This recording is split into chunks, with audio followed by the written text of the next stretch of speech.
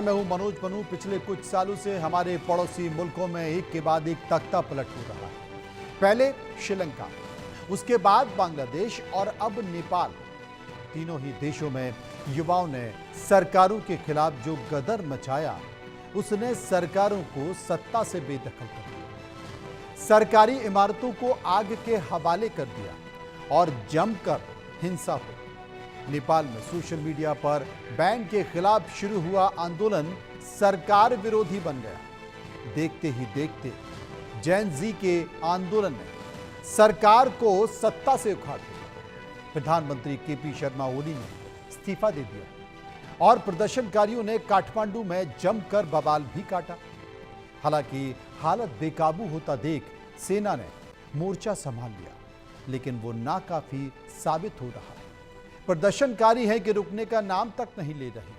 उधर जेन जी ने एक लेटर जारी किया है जिसमें कुलमान घिसिंग को प्रधानमंत्री पद के लिए सबसे योग्य शख्सियत बताया। हालांकि बालेंद्र शाह और सुशीला कार्की के नाम पर भी चर्चा हुई। बालेंद्र शाह ने इससे खुद किनारा कर लिया, जबकि पूर्व चीफ जस्टिस सुशीला कार्की को उम्र दराज होने के चलते उनका नाम रेस से बाहर हो गया। तमाम सारे घटनाक्रम और तमाम सारी तस्वीरें हैं, इसलिए एक रिपोर्ट देखिए।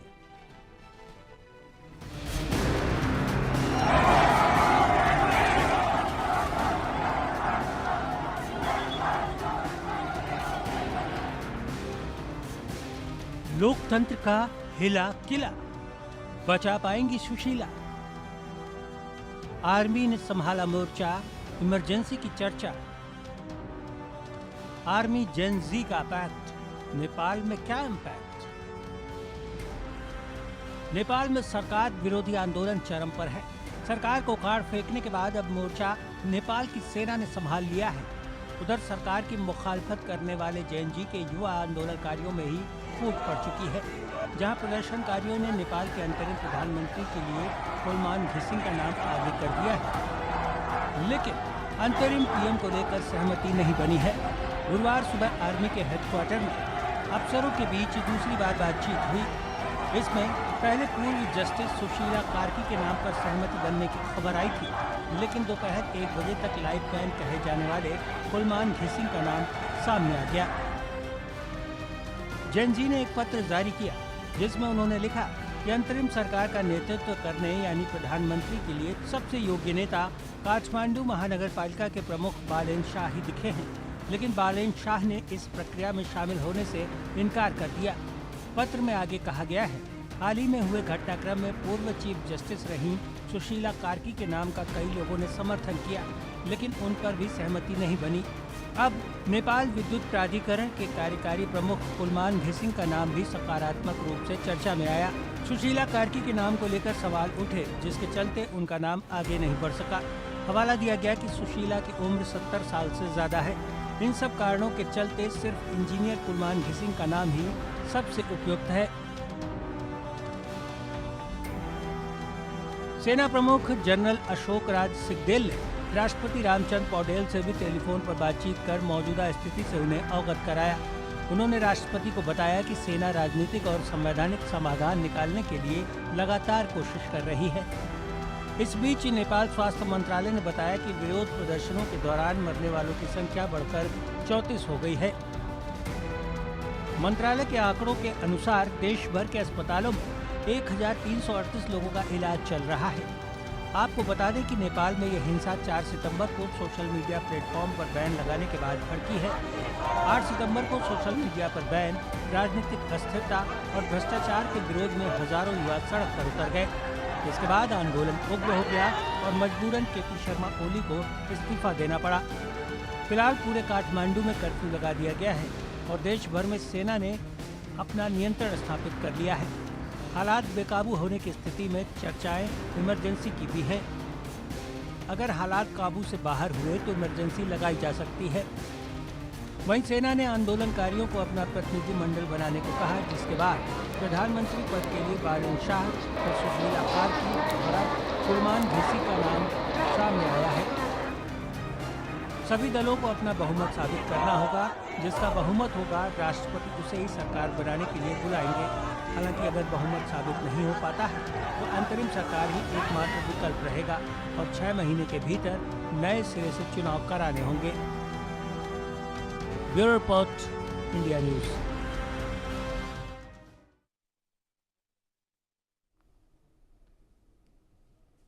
अब इन तमाम सारी परिस्थितियों के बीच जो तस्वीरें हम आपको दिखा रहे हैं, उन तस्वीरों को देखकर आप ये अंदाज़ा लगा सकते हैं कि अभी भी नेपाल में हालत सामान्य नहीं है। उदाहरण के तौर पर आपको बता दें कि अब वहाँ चर्चा ये चल रही है कि अंतरिम सरकार किसकी होगी और अंतरिम सरकार का मुखिया कौन होगा। अंतरिम सरकार के मुखिया को लेकर अब भी असमंजस बना हुआ है। सुशीला कार्की, जो कि वहाँ की पूर्व मुख्य न्यायाधीश रही हैं, वो उनका नाम वापस जा चुका है। बालेंद्र शाह ने अपना नाम वापस ले लिया है। तो चेहरा कौन होगा? अब कई सारे मुद्दों के बीच देश का सवाल क्या है? देश का सवाल है कि नेपाल में हिंसा के बाद क्या इमरजेंसी लगेगी? देश का सवाल है कि अंतरिम सरकार पर फैसला होगा या फिर मिलिट्री शासन रहेगा? देश का सवाल है कि कुलमान घिसिंग और सुशीला कार्की में आखिर कौन बाजी मारेगा? इन्हीं सब बातों के इर्द गिर्द आज की हम चर्चा करेंगे। चर्चा के लिए सुरेश गोयल साहब, जो कि पूर्व राजनयिक हैं, मेरे साथ मौजूद हैं। डॉक्टर संदीप त्रिपाठी, विदेशी मामलों के जानकार, मेरे साथ मौजूद हैं। अशोक अधिकारी, पत्रकार, नेपाल, मेरे साथ मौजूद हैं। सबसे पहले नेपाल के हालात जान लेते हैं, सीधे नेपाल ही चलते हैं। अशोक अधिकारी नेपाल से मेरे साथ जुड़ गए हैं। अशोक साहब, मैं आपसे जानना चाह रहा हूँ, तमाम परिस्थितियों के बीच जो स्थिति है थोड़ी सी सामान्य हुई है, लेकिन अब संकट है कि नेपाल चले कैसे? नेपाल में सरकार किसकी हो? अंतरिम सरकार का मुखिया कौन हो? अब वहां के जो हालात हैं, जरा उन हालातों के बारे में बताइए। और अंतरिम सरकार के मुखिया के चेहरे का क्या कोई स्पष्टीकरण हुआ? चेहरा साफ हुआ? नाम निकल कर आया? कौन होगा? मनोज जी, अभी तक चेहरा कौन होगा ये कोई क्लियर पिक्चर नहीं आया है। लेकिन जेएनजी के जो आंदोलनकारी है वो अभी 6 हिस्सों में बटे हुए हैं। विशेष रूप से यही संविधान में रहकर अंतरिम मंत्री परिषद गठन करके नया प्रधानमंत्री नियुक्त करके 6 महीना के अंदर एक नया चुनाव और नया जनमत हासिल करने के तरफ देश को आगे बढ़ाना चाहिए बोल के एक समूह है जिसने शुरुआत से ही ये इस आंदोलन को लीड किया हुआ है। लेकिन ये जो जेएनजी ग्रुप है, जेएनजी आंदोलनकारी है, उनमें भी बहुत सारा समूह अभी बटे हुए हैं। कोई हिंदू राष्ट्र बोल रहा है, कोई राजा चाहिए बोल रहा है, कोई ये सारा सिस्टम कोलैप्स करके और संसद भी विघटन करके नया सिरा से संविधान जारी करके आगे बढ़ाने की बात कर रहे हैं। लेकिन जो मूल मुद्दा उठा के जो शुरू से आंदोलन के लिए आंदोलन को आह्वान करके आंदोलन को उद्घोष करके वो आंदोलन को आगे बढ़ाए, वो समूह अभी राष्ट्रपति रामचंद्र पौडेल और नेपाल आर्मी के प्रमुख प्रधान सेनापति अशोक राज सिंहदेल के साथ वार्ता में बैठे हुए हैं। उनके साथ सुशीला कार्की जी भी बैठक में बैठी हुई है, जो अभी अंतरिम सरकार के प्रधानमंत्री के रूप में जेएनजी आंदोलन ने एक नाम सिफारिश किया है। वैसे ही अभी 4 नाम विशेष रूप से अंतरिम प्रधानमंत्री के रूप में आ रखा है। सुशीला कार्की पहला नाम है। दूसरा नाम बालेन शाह ही है, जो अभी काठमाडौँ महानगर पालिका के प्रमुख है, मेयर है। और तीसरा नाम है कुलमान घिसिंग, जो नेपाल विद्युत प्राधिकरण का पूर्व कार्यकारी निर्देशक है। और चौथा नाम वो नाराबाजी अभी जो जिस नाम पर हो रहा है, वो चौथा नाम हर्क साम्पाङ है। वो हर्क साम्पाङ अभी ईस्ट ऑफ नेपाल नेपाल के पूर्वी भाग धरान के मेयर है। और ये जो 4 नाम में अभी विवाद चल रहा है, जैसे कि जेएनजी समर्थक 2 गुटों में आर्मी के कैंप में, आर्मी हेडक्वार्टर के बाहर झड़प हो गया और झड़प होने के बाद आर्मी ने स्थिति को नियंत्रण में लिया और फिर शांति बहाल किया और फिर जो आंदोलन जो झड़प में उतरे थे उनमें से 2 आंदोलन प्रदर्शनकारी को लेके वो वार्ता में शामिल करवाया गया है। उसके बाद अब सारी एक ये बात है कि जब जेएनजी आंदोलनकारी 2 हिस्सों में बटे हुए हैं, इसीलिए आज शाम तक अंतरिम मंत्रिपरिषद के प्रधानमंत्री के तौर पर एक चेहरा स्पष्ट रूप में आना चाहिए था, लेकिन वही प्रदर्शनकारी को और जेएनजी के प्रतिनिधि के बीच में एक समझदारी ना बनने के वजह से अभी अंतरिम मंत्रिपरिषद के प्रधानमंत्री के रूप तय में नहीं हो पाया। ये एक अजीब सी स्थिति है। मेरे साथ सुरेश गोयल साहब मौजूद हैं, मैं उनके पास चलूंगा। सुरेश जी, अब नेपाल को आप कैसे देखते हैं? तब वहाँ पर फिलहाल तो स्थिति काबू में है, लेकिन अभी भी सेना मुख्यालय के बाहर जेएनजी खड़ा हुआ है, वहाँ का कटक गुट खड़ा हुआ है। अगर नारेबाजी बालन शाह को लेकर हो रही है तो नारेबाजी सुशीला कार्की को लेकर भी हो रही है। एक पूर्व मुख्य न्यायाधीश ने नारेबाजी उनके समर्थन में की और वहाँ पर भी दोनों में लात घूसे चल गए, लठ चल गए, वहाँ पर भी बवाल हो गया। हालांकि चर्चा चल रही है, मत बनाने की कोशिश की जा रही है कि कोई एक नाम निकल कर आ पाए, लेकिन ऐसी परिस्थितियों में आप नेपाल को कहाँ देखते हैं, कैसे देखते हैं? देखिए, जो नेपाल में हो रहा है उससे मेरे को काफी कुछ बांग्लादेश की याद आ रही है जी। बांग्लादेश में भी यंग ग्रुप ने करप्शन का मामला ही लेकर के वहां पर सोशल मीडिया की बात नहीं थी, लेकिन करप्शन की बात हुई थी, शेख हसीना के खिलाफ बातचीत हुई थी, आरक्षण की भी बात हुई थी जी। आरक्षण की बात हुई थी, उसको लेकर के ये वहां पर आंदोलन शुरू हुआ था और पहले 3-4 दिन तक ये पता ही नहीं चला कि इस आंदोलन के पीछे किसका हाथ है, किसकी लीडरशिप है, कौन क्या चाहता है। नहीं, चाहने की बात नहीं कहूंगा, लेकिन अल्टीमेट डिसीजन मेकिंग या कौन इसको कमांड कर रहा है, कौन इसके किसके हाथ में निर्णय लेने की क्षमता है। ये अभी तक मैंने सुना अधिकारी जी से जो बात उन्होंने कही और उनकी बात से मुझको ये लगा, जिसको जो मैं भी समझ पा रहा हूं, कि अभी तक ऐसी स्थिति नहीं आई है कि किसी भी नाम के ऊपर सहमति बन पाए या आगे वो क्या चाहते हैं कि कैसी सरकार हो,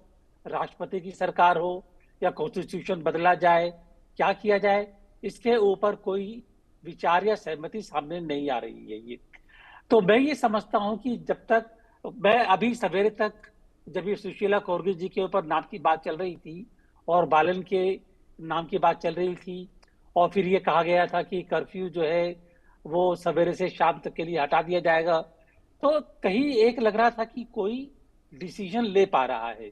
अब ना तो प्रधानमंत्री हैं, ना वहां पर राष्ट्रपति डिसीजन ले रहे हैं, तो ये सब डिसीजन कौन ले रहा है? आर्मी ले रही है। आर्मी किसकी बात सुन रही है या अपने खाली चीफ की बात सुन रही है? तो इतना कंफ्यूजिंग है और इतना बिल्कुल अनक्लियर है मामला कि ये कहना बहुत मुश्किल है कि आगे की रूपरेखा क्या होनी चाहिए और क्या हो रही है। मैं खाली इतना जरूर कहूंगा कि कल तक सुनने में आ रहा था कि ये एक हो सकता है कुछ लोग वो राजशाही को दोबारा लाने के मामले में आगे बढ़ रहे हैं कि डेमोक्रेसी को हटा करके राजशाही को लाया जाए, लेकिन अब लगता है कि शायद वो भी सही नहीं है। तो मैं ये कहूंगा कि अभी मैं कोई अटकल लगाने से पहले, और खासतौर पर अगर अधिकारी जी इस मामले में थोड़ी सी रोशनी डाल पाए कि उनको क्या लगता है कि नेपाल में कौन लोग हैं जो इसके लीडरशिप रोल में हैं, जो कि इसको कमांड कर रहे हैं, बता रहे हैं कि आगे का कदम क्या होना चाहिए। क्योंकि ये बात मैं नहीं मान सकता हूं कि ये कहीं ना कहीं ये कमांड नहीं है। कोई ना कोई तो कहेगा कि भाई ये हमको मंजूर नहीं है, इसको छोड़ करके इसके ऊपर विचार किया जाए। तो वो कौन कर रहा है, कहाँ है, इसके बारे में क्लैरिटी होनी बहुत जरूरी है। जी त्रिपाठी जी मेरे साथ मौजूद हैं। संदीप त्रिपाठी, आप कहाँ देखते हैं? कई बातों का जिक्र सुरेश जी ने कहा है कि सबसे बड़ी चीज़ तो जो ठीक से तस्वीर हमें दिखाई दी बांग्लादेश में, वही कैनवस हमें नेपाल पर दिखाई दे रहा है और उसी कैनवस में जो चित्र बनाने की कोशिश की है, स्क्रिप्ट लिखने की कोशिश की गई है, रंग उकेरने की कोशिश की है, एकदम वही दिखाई दे रहा है। वहाँ पर भी युवा थे, यहाँ पर भी युवा हैं। वहाँ पर भी भ्रष्टाचार का विषय था, आरक्षण का विषय था, यहाँ पर भी भ्रष्टाचार का विषय है। और सबसे बड़ी चीज़, सोशल मीडिया तो खैर है ही, लेकिन दूसरी चीज़ है कि अब तक सहमति नहीं बन पा रही है। और यहाँ पर भी तमाम बड़े पदों पर बैठे लोगों को मारा गया, पीटा गया, उनके परिवार के लोगों को पीटा गया, संसद जलाई गई। वहाँ पर भी ठीक यही किया गया। अब इसमें डीप स्टेट है, नहीं है, या कुछ अदृश्य शक्तियाँ हैं, दूसरे देशों का हाथ है, उस पर हम चर्चा करेंगे। लेकिन वर्तमान में जो स्थिति बनी हुई है, क्या ऐसा भी हो सकता है कि राजशाही या लोकतंत्र के बीच कोई टकराव की स्थिति हो? क्योंकि सेना पर भी ये आरोप लग रहे हैं कि वो राजशाही को वापस लाने का प्रयास कर रही है। देखिए मनोज जी, आप अभी जो एक हम सिमिलर कह सकते हैं कंडीशन सेटअप करने की कोशिश कर रहे हैं बांग्लादेश और नेपाल पर, तो कुछ हद तक जो बाहरी रूप से देखा जाए तो ऐसा लगता है कि दोनों में काफ़ी समानताएं हैं। लेकिन एक फंडामेंटल जो डिफरेंस मुझे समझ में ये आता है कि नेपाल का जो आंदोलन है वो बहुत ही क्रॉस रोड पर है।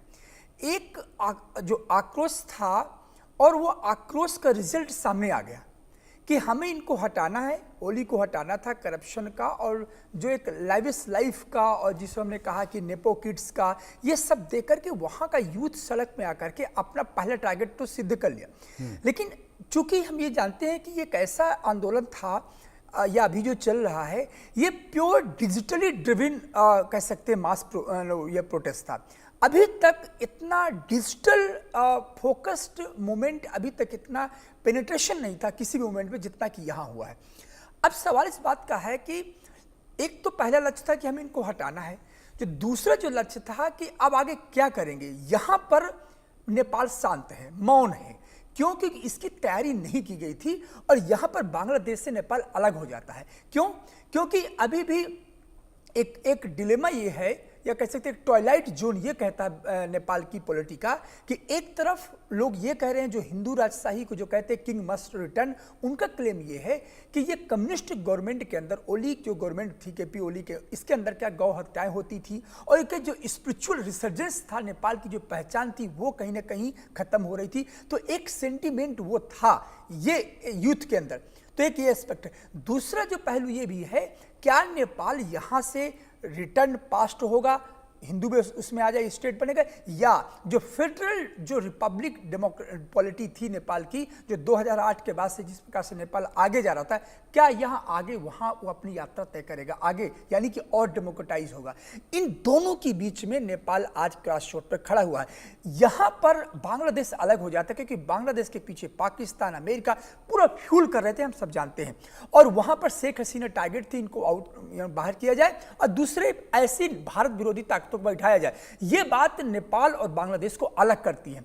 अब मैं थोड़ा सा नेपाल पर आता हूं फिर से, कि जो एक असमंजस की स्थिति बनी हुई है कि आखिर कौन आएगा, ये इसलिए नहीं क्लियर हो पा रहा है क्योंकि यहां पर जो यूथ है वो इतना भटकाव में है कि आधा यूथ ये मानता है कि हमें राजशाही पर, यदि आपको राजशाही पर ही जाना था कि तो आप नेपो किड से आपको इतनी समस्या क्यों है?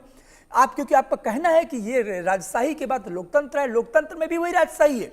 तो या तो आप ये तय कर लीजिए कि आपको पूरी तरह से उस राजशाही में जाना है, तो आप उसको चुनिए। यदि आप लोकतंत्र में जाना है तो फिर लोकतंत्र की एक नई व्यवस्था को आप जन्म दीजिए। और वहां पर ये जो पुराने सर्कुलेशन ऑफ इलीट है, जिसको हम कहते हैं पॉलिटिकल साइंस में एक कंसेप्ट है लीडरशिप का, और वो ये कंसेप्ट कहते हैं कि सर्कुलेशन ऑफ इलीट है। आप देखिए कि 10 सालों में 3 चेहरे बार बार रिपीट हो रहे हैं।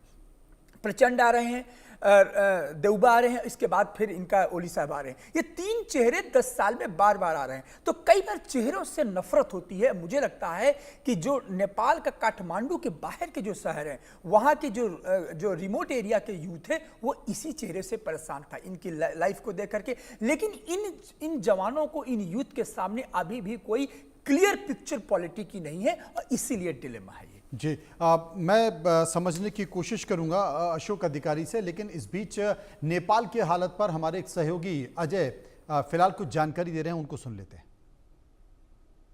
नेपाल में जिस तरह से हादसे हुए उसके बाद से नेपाल में कर्फ्यू लगा दिया गया। अभी की जो स्थिति है उसको देखते हुए कि नेपाल से जो भारतीय पर्यटक नेपाल गए थे उनकी वापसी हो रही है। यहाँ पे कुछ लोग हैं, हम उनसे बातचीत करेंगे। मैम, कहाँ गई थी? नेपाल, काठमांडू। कहाँ की रहने वाली हैं? दिल्ली। अच्छा, तो कब गई थी और वहाँ पे क्या घटना हुआ था? वहाँ पे घटना तो ऐसा हुआ कि लगा कि सब चीज़ जल रहा है, ये हो रहा है, वो हो रहा है, मतलब हम लोग डर गए कि वापस कैसे आएंगे। बच्चे परेशान, दिल्ली में बार बार फ़ोन कर रहे हैं कि कब आओगे। अभी क्या स्थिति है? अभी तो सब शांत है। भारत आ गई है तो कैसा लग रहा है? अपने भारत में आगे तो सबको अच्छा लगेगा ना, अपने देश में आगे तो। और भी कुछ लोग हैं, हम उनसे जानेंगे कि वो लोग कहाँ से आए। मैम, कहाँ से आ रही हैं? हम इंडिया से नेपाल जा रहे हैं। अच्छा, नेपाल जा रही है। नेपाल की स्थिति सही नहीं है। हमको पता नहीं कुछ। सर कहाँ से आ रहे हैं आप? दिल्ली से आ रहे हैं। दिल्ली। तो कहाँ जाना है आपको? अब नेपाल जाना है हमको। तो नेपाल की स्थिति जो है वो क्या है? हाँ पता है, लेकिन क्या कर सकते हैं, जाना। अभी थोड़ी देर पहले आप बता रहे जापान से आ रहे थे सर। अरे ठीक है। जो भी हुआ नेपाल में बहुत अच्छा हुआ, मजा आ रही है। नेपाल में ये होना चाहिए। होना चाहिए था। आप ये न्यूज़ देखिए, पता चल जाएगा क्यों होना चाहिए था। तो ये फिलहाल नेपाल के ही निवासी और इनका ये कहना है कि नेपाल में जो हुआ वो अच्छा हुआ। तमाम ऐसे लोग हैं अशोक अधिकारी साहब, जो युवा है वो कह रहे हैं कि बिल्कुल होना चाहिए। जो जो भारत में नेपाल के लोग हैं वो भी वापस नेपाल में पहुंच रहे हैं, बोले नहीं हमें हालत ख़राब है लेकिन हम आज जाना चाहते हैं और जो हुआ वो बहुत अच्छा हुआ। और मीडिया में आप देख ही रहे हैं कि क्यों हो रहा है। तमाम तरह की बातों का जिक्र है, जैसे त्रिपाठी साहब ने कहा कि भाई पुराने चेहरे थे। अनिल और दिवाकर जो वहाँ के नेता हैं इस वक्त आंदोलन के, वो ये कहते हैं कि बुजुर्ग लोगों से परेशान हो गए थे नेपाल के लोग, बुजुर्ग राजनेताओं से परेशान हो गए थे, भ्रष्टाचार से परेशान हो गए थे। लेकिन जिस चौराहे पर आकर खड़ा हो गया है नेपाल, अब जब भी कोई ऐसी स्थिति होती है वापस उठकर खड़ा हो जाएगा।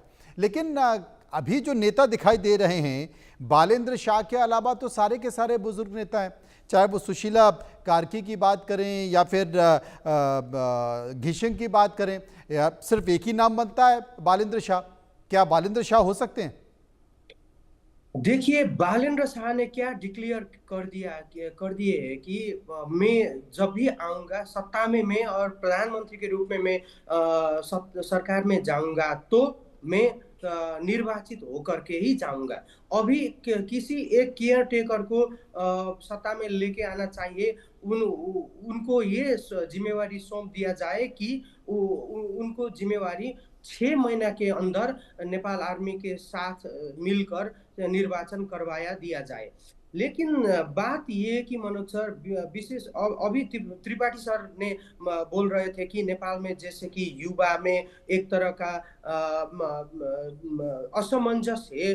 एक तरफ है एक समूह, एक तरफ है दूसरा समूह, दूसरे तरफ है। हाँ, वो बात ठीक है, लेकिन अभी जो मेजर जैसे कि बहु मत क्या है कि नेपाल में लोकतंत्र को स्ट्रेंथन करके, नेपाल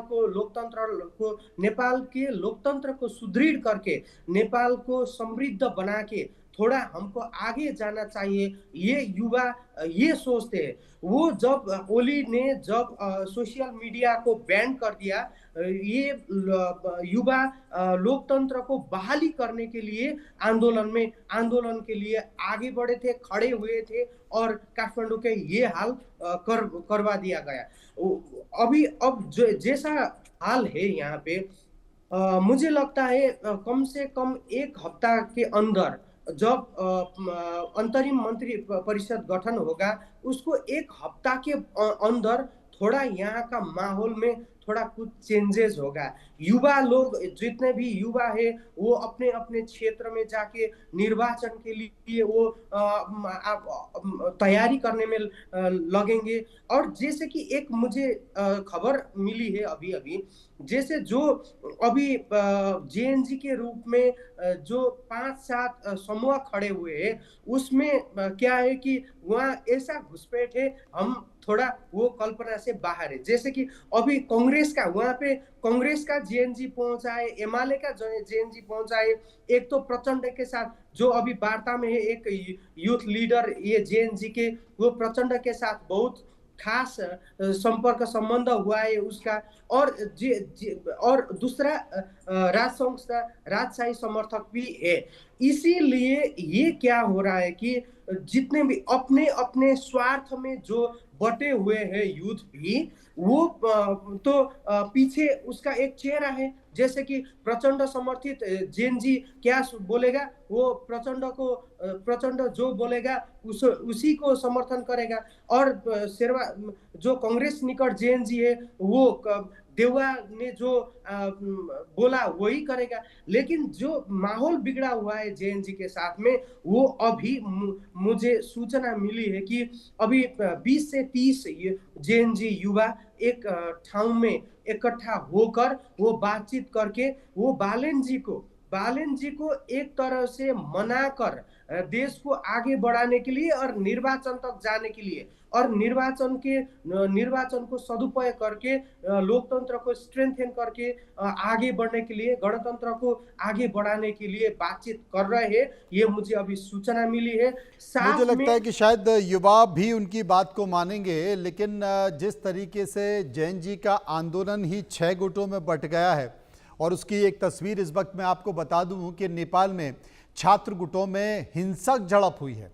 सुशीला कार्की और कुलमन घिसिंग के समर्थक आपस में भिड़े हैं, जैसा कि मैं पहले भी बता चुका हूं। सुशीला कार्की के समर्थन में वहां के एक मुख्य न्यायाधीश नारेबाजी करने लगे और कुलमन घिसिंग के समर्थन में एक नारेबाजी करने लगे। वो तस्वीरें आप देख ही रहे हैं और उसके कारण हिंसक झड़प हो गई। हालांकि फिर मामला शांत है।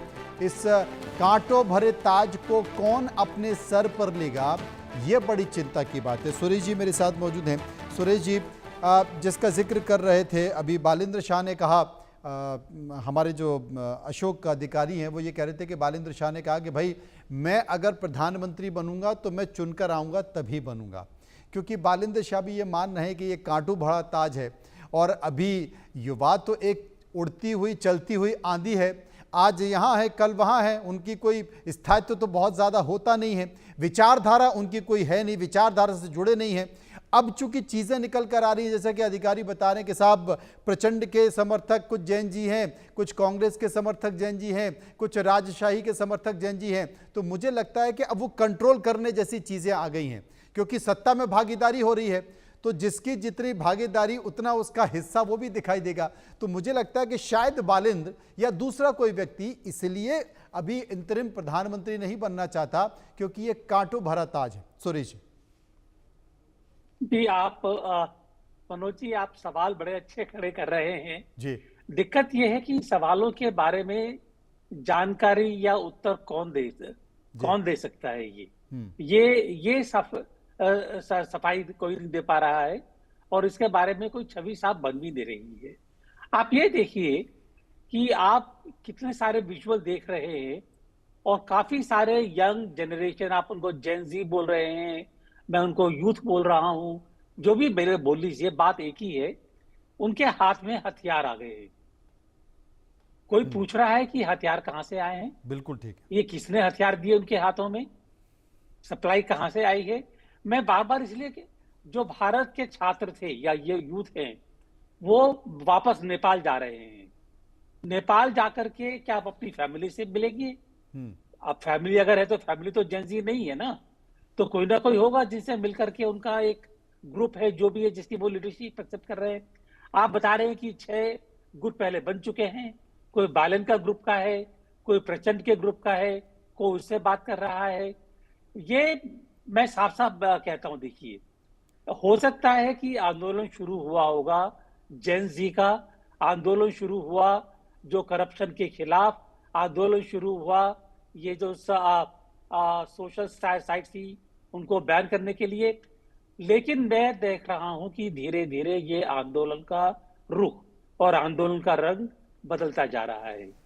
अब ये आंदोलन उसके लिए नहीं है लोकतंत्र के लिए, अब ये आंदोलन है कि हमने उनको हटा दिया है, ओली जी को, अब उसकी जगह कौन आएगा और क्या व्यवस्था होगी, किसके हाथ की व्यवस्था होगी। और इसीलिए मैंने कहा था कि जो मैं देख रहा हूं, एक ये एनार्की जो शुरू हुई है, बाद में इसका हल निकलेगा, लेकिन इस एनार्की को आगे लाने के लिए कौन क्या कर रहा है। सुरेश जी, ये मैंने रिक्वेस्ट किया था। आप जिस तरफ इशारा कर रहे हैं, सुरेश जी, आप जिस तरफ इशारा कर रहे हैं, मैं एक चीज पूछना चाहता हूं कि क्या आपका इशारा डीप स्टेट की तरफ है? क्या आपका इशारा किसी दूसरे देश का डीप स्टेट जिसने नेपाल में ये सब कुछ कराया, उनके कुछ हित, उनकी कुछ सोच रही होगी, कोई बाहरी शक्ति जिसने ये सब कुछ कराया वो इंतजार कर रही है? देखिए, मैंने साफ साफ बोला है कि बिना किसी की सपोर्ट के, बिना किसी की फाइनेंशियल सपोर्ट के, बिना किसी की मटेरियल सपोर्ट के जो हो रहा है नेपाल में वो संभव नहीं हो सकता है। आंदोलन शुरू हो सकता है, नारेबाजी होगी, मैं मानता हूं, आपस में झड़प होगी, मैं मान सकता हूं, लेकिन जो अब हो रहा है वो बिना किसी की मदद के, बिना किसी की लीडरशिप के नहीं हो सकता है। और अधिकारी जी से मैं यही बार बार पूछ रहा हूं, क्योंकि नेपाल में शायद इशारा कर सके कि वो क्या समझते हैं। जब ये समझ में आ जाएगा कि कौन है इसके पीछे, तब ये हम कह सकते हैं कि ये आगे होने की संभावना है। जब तक हमें यही नहीं पता चल रहा है कि कौन है यहाँ पर, किसके हाथ में ताश के पत्ते हैं, कौन कठपुतली को नचा रहा है, कुछ भी कहना बहुत मुश्किल लग रहा है मेरे को। तब तक ये कहना बहुत मुश्किल है।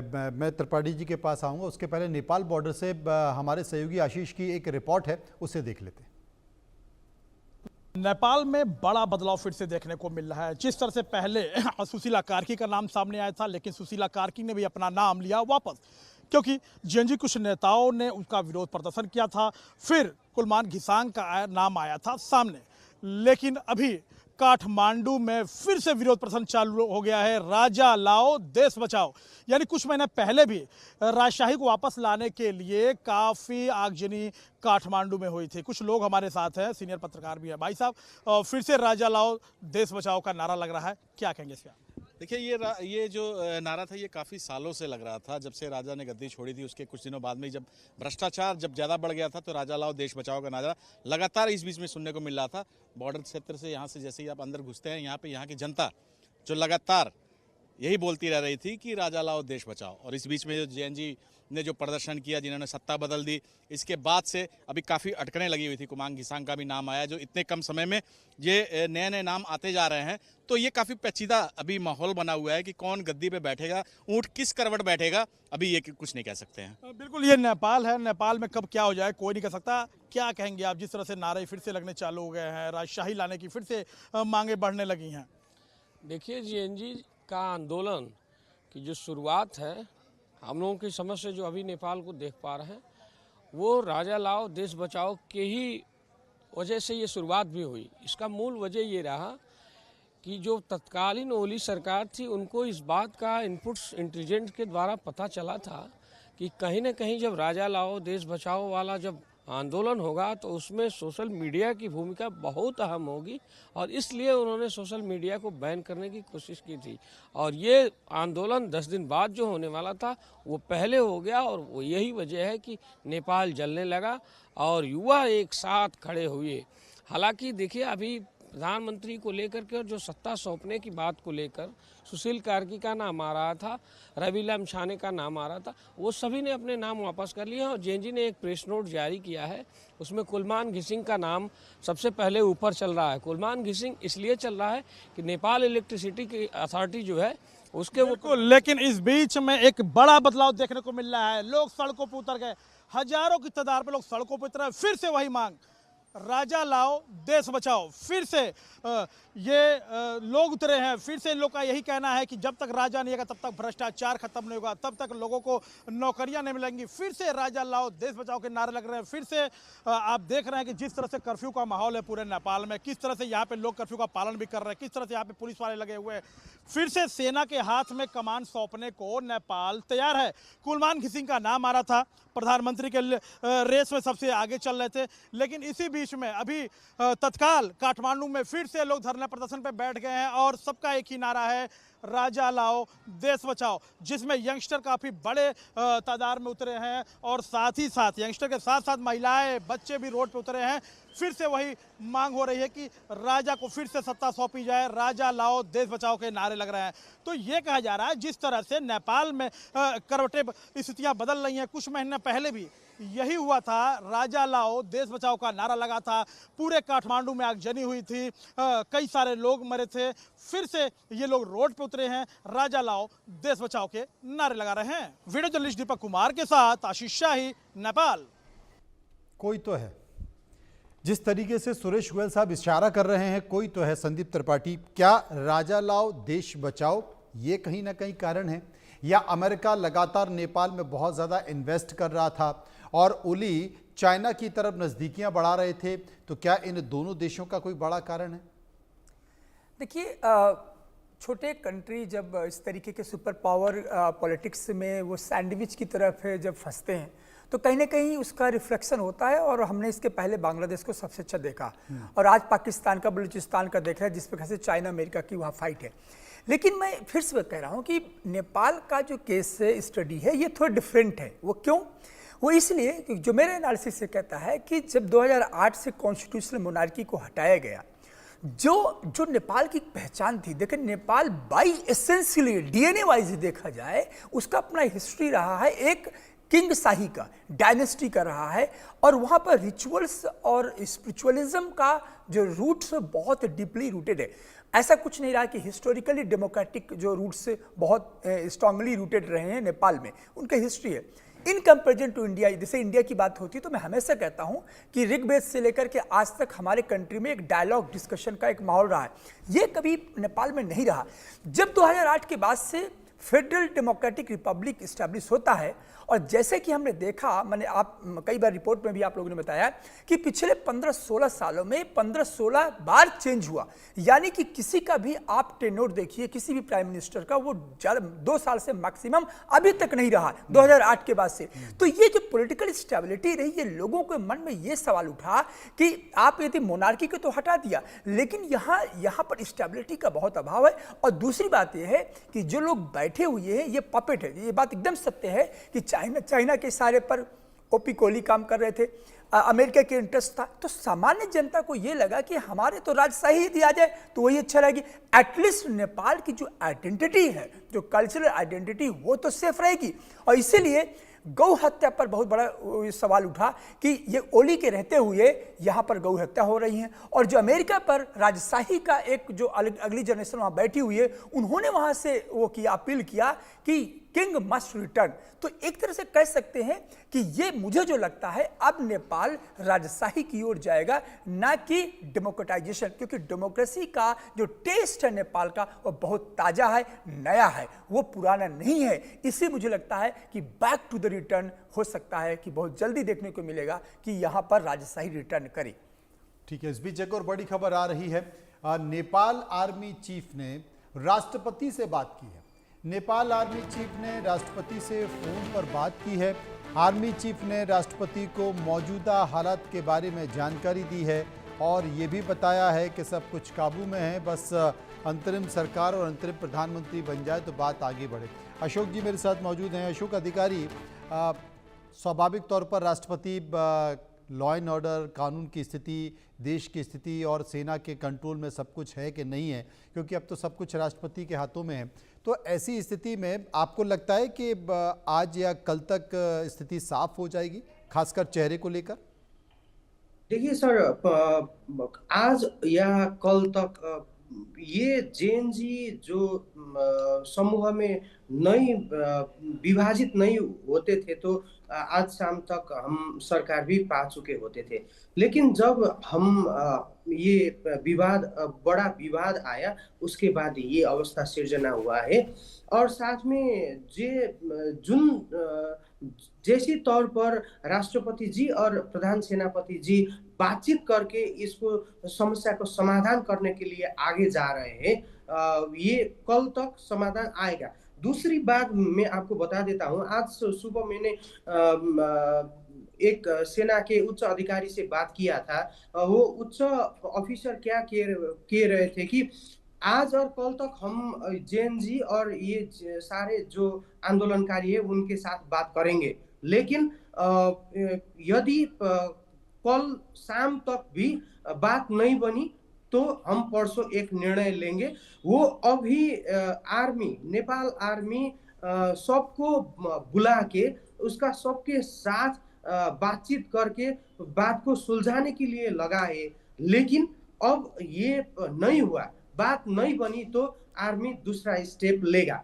दूसरी बात में छोटा सा दूसरी बात में एक संजीव सर के साथ में जो सर ने बोला उसको थोड़ा जोड़ना चाहूँगा।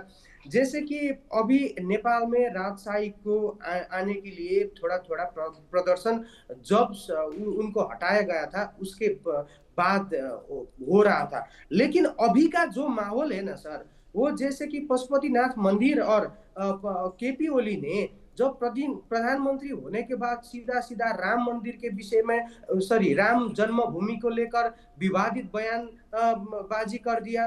जैसे कि पशुपति क्षेत्र विकास कोष के जो पशुपति को सुधार के लिए और वहाँ जलहरी रखने के लिए जो सदस्य सचिव थे डॉक्टर मिलन कुमार थापा, उसको मुद्दा चलाने के लिए पशुपति को चलाया, उन्होंने पशुपति को चलाए, उन्होंने राम मंदिर को जन्मभूमि को लेकर विवादित बयान दिए। वो ये सारा विकास और समृद्धि के लिए काम करना चाहिए था उनको, लेकिन वो लगे दूसरे धर्म को और गौ हत्या सर ने बोल ही लिए।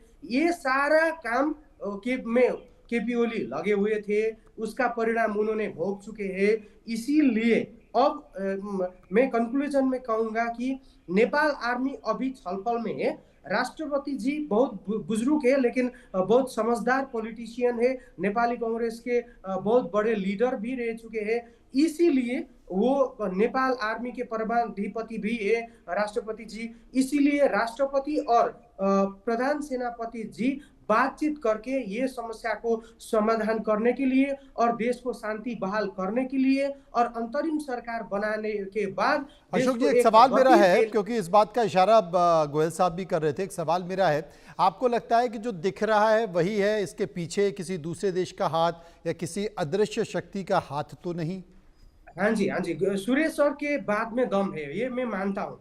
डीप स्टेट की बात किया जाए या चाइना फैक्टर के बात किया जाए, हमारी पड़ोसी मतलब जो शुभेच्छा रखता है नेपाल के पॉलिटिक्स में, शुभेच्छा रखता है भारत के, वो अभी इतना ज्यादा ये करना चाहिए वो करना चाहिए ऐसा कोई दबाव नहीं डाल रहा है। लेकिन भारत भी अपने पड़ोसी को अच्छा से, पड़ोसी देश में अच्छा संबंध बने, वहाँ के शांति बहाल हो, ये चाहेगा। लेकिन और दूसरी बात यह है कि व्यापारिक नजर से चाइना, विशेष रूप से नेपाल को देखा जाए तो चाइना बहुत पहले से अपने पारस्परिक और परंपरागत रिश्तों से ज्यादा वो व्यापार के दृष्टिकोण से दिखता था। लेकिन अब जैसे कि डीप स्टेट और कितने दूसरे और थर्ड कंट्री भी होंगे कि यहाँ पे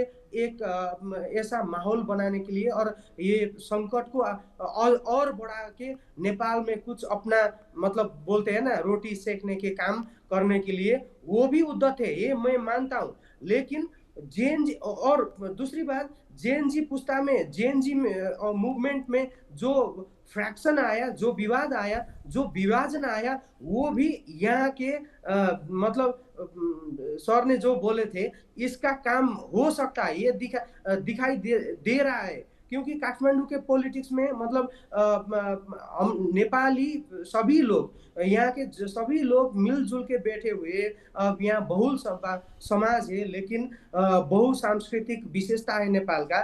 फिर भी जब ये आंदोलन की बात हुआ, आंदोलन हुआ, सब तहस नहस हुआ, उसके बाद जब अंतरिम सरकार बनाने की बात आई तब से बहुत तनाव का स्थिति शुरू हो गया, वो भी आंदोलनकारियों के साथ। इसीलिए यहाँ पे कहीं ना कहीं कोई तीसरा देश का, तीसरा समूह का भी ये हो सकता है, हाथ हो सकता है। मेरे साथ सुरेश गोयल साहब, भारत की अगर सीमाओं को देखा जाए तो भारत के तमाम ऐसे पड़ोसी मुल्क जहां बड़े अच्छा माहौल था, केवल पाकिस्तान को छोड़ दिया जाए, भारत के साथ बड़े दोस्ताना संबंध थे, लेकिन लगातार वहां से अब भारत के लिए एक अलग चुनौती निकल कर आ रही है। आप देखें बांग्लादेश, फिर श्रीलंका में इसके पहले हुआ, अब नेपाल में हो गया, भूटान से भी बीच बीच में कुछ इसी तरह के संकेत निकल कर आते हैं। तो अब भारत की डिप्लोमेसी में क्या परिवर्तन करना होगा या भारत की डिप्लोमेसी अब कैसी होनी चाहिए? देखिए, पहली बात तो ये है कि आपने कहा कि हमारे जो नेबरहुड में ज्यादातर देशों में इस तरह के हालात पैदा हुए कि पहले श्रीलंका में हुआ, बांग्लादेश में हुआ, अब नेपाल में, भूटान से खबर आती है, पाकिस्तान की बात काफी अलग है। जब भी देशों में, सरकारों में इस तरह बदलाव आता है तो जाहिर सी बात है कि हमको एक दिक्कत तो सामने पेश आती है, क्योंकि एक विदेश नीति को चलाने के लिए डेमोक्रेटिकली इलेक्टेड सरकार जो हो, या वो सरकार जिसका कि वहाँ के जो लोगों पर उसकी सॉवरेनिटी का ट्रू रिप्रेजेंटेशन हो, ये नहीं कि छोटा सा कोई समूह आ गया और ताकत के बल पर वो आगे बढ़ गए वहाँ पर। तो जरूरी है कि उसका जो भी हो वो ट्रू रिप्रेजेंटेटिव हो। डेमोक्रेसी सही चीज है, लेकिन हर एक देश की जो हालात है वो मैं समझता हूं कि एक तरह से होते हुए भी अलग अलग है जी। आप जैसे श्रीलंका की बात कर लीजिए। श्रीलंका में काफी सरकारें बदली, राजपक्षे गए उस आखिर में, और अभी जो राष्ट्रपति आए, पहले उनका ये था कि शायद वो एक लेफ्ट लीनिंग गवर्नमेंट रहेगी तो भारत को दिक्कत हो सकती है, लेकिन धीरे धीरे देखा कि वहां पर एक काफी कुछ नॉर्मलसी आ गई है। देखा गया कि वहां पर अगर उन्होंने ये समझा कि भारत के साथ संबंध अच्छे बनाए रखना दोनों के लिए जरूरी है ये। इसी तरह से मेरे को उम्मीद है, हालांकि अभी तक ऐसा हुआ नहीं है, कि बांग्लादेश सरकार भी धीरे धीरे समझेगी कि भारत से रिश्ते अच्छे रखना ही तो मैं समझूंगा कि हर एक देश के लिए अलग अलग सर्कमस्टेंसेस हैं, अलग अलग चीजें हैं, और उनको अलग अलग ही देखना पड़ेगा बजाय एक। जी त्रिपाठी जी, संक्षेप में आपकी प्रतिक्रिया। देखिए, मुझे लगता है कि आने वाले 2-3 दिन बहुत इम्पोर्टेंट है और हमें तभी पिक्चर क्लियर होगी। लेकिन इतना ज़रूर है कि नेपाल ये को तय करना पड़ेगा, स्पेशली यूथ को तय करना पड़ेगा कि आप राजशाही की ओर जा रहे हैं या आपको डेमोक्रेसी के रूट्स को, और यदि आपको इन पुराने चेहरों से दिक्कत थी तो मुझे लगता है चेहरे हट गए हैं। और ये जो 3 चेहरे थे स्पेशली 15 सालों से, ये तीनों की अब इतनी हिम्मत नहीं होगी कि आने वाले टाइम में फिर से कुछ सोचें नेपाल के बारे में। तो नई पीढ़ी को सामने आनी चाहिए, मेरा कहना है। बहुत बहुत शुक्रिया करूंगा सभी लोगों का जो मेरे साथ इस चर्चा में मौजूद रहे। कुल मिलाकर इंतजार करना होगा कि नेपाल में आखिर कौन सा चेहरा